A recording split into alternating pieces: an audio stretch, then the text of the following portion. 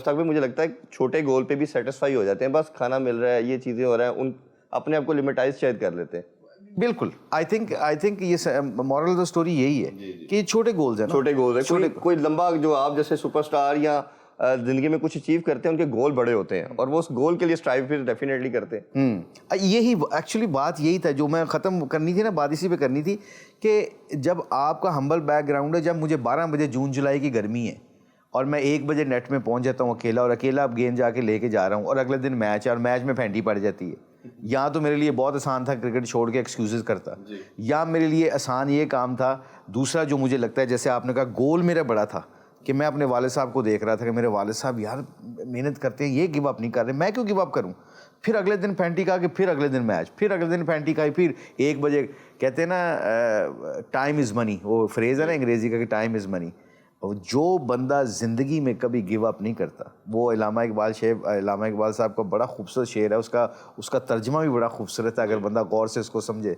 پرواز ہے دونوں کی اسی ایک فضا میں, کرگس کا جہاں اور شہیں کا جہاں اور.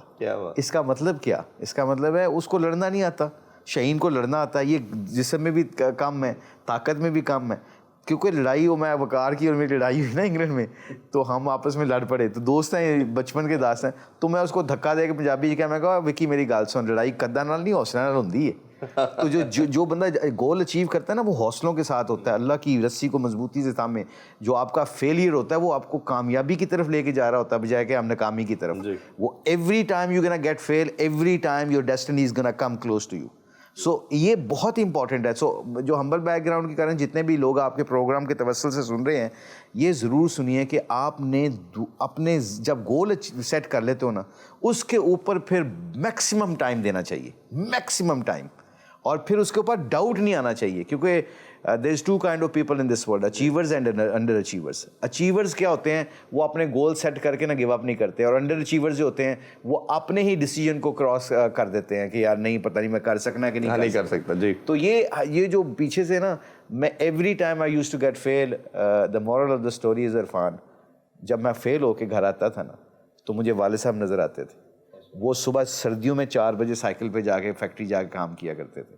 صبح سردیوں میں 4 بجے, اتنا گھٹنا ان کا سوجا ہوتا تھا, اینٹ باندھ کر, ڈاکٹر کے پاس نہیں جاتے تھے, اینٹ باندھ کر, گرم اینٹ باندھ کر, ہلدی لگا کے, آج بھی مجھے ان کی ٹریٹمنٹ یاد ہے. جسٹ امیجن, وہ لگا کے سو جاتے تھے, پھر 4 بجے سائیکل پہ اٹھ کے چلے جاتے تھے.